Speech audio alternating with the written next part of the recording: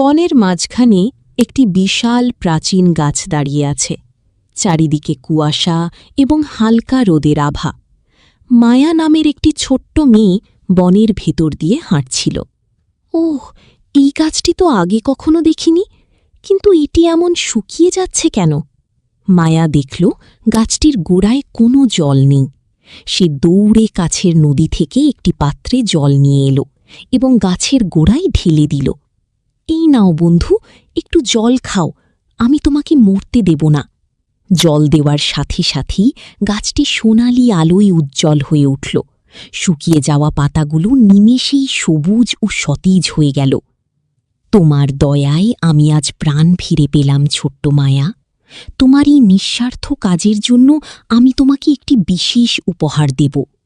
এই বাঁশিটি যখনই বাজাবে, বনের পশু পাখিরা তোমার বন্ধু হয়ে যাবে এবং তোমার গ্রাম হবে শান্তিতে পূর্ণ। মায়া খুশি মনে বাঁশি বাজাতে বাজাতে গ্রামের দিকে ফিরে চলল। বনের সব পশু পাখি তাকে অনুসরণ করতে লাগল। প্রকৃতির প্রতি আমাদের একটু দয়াই পারে পৃথিবীকে জাদুর মতো সুন্দর করে তুলতে।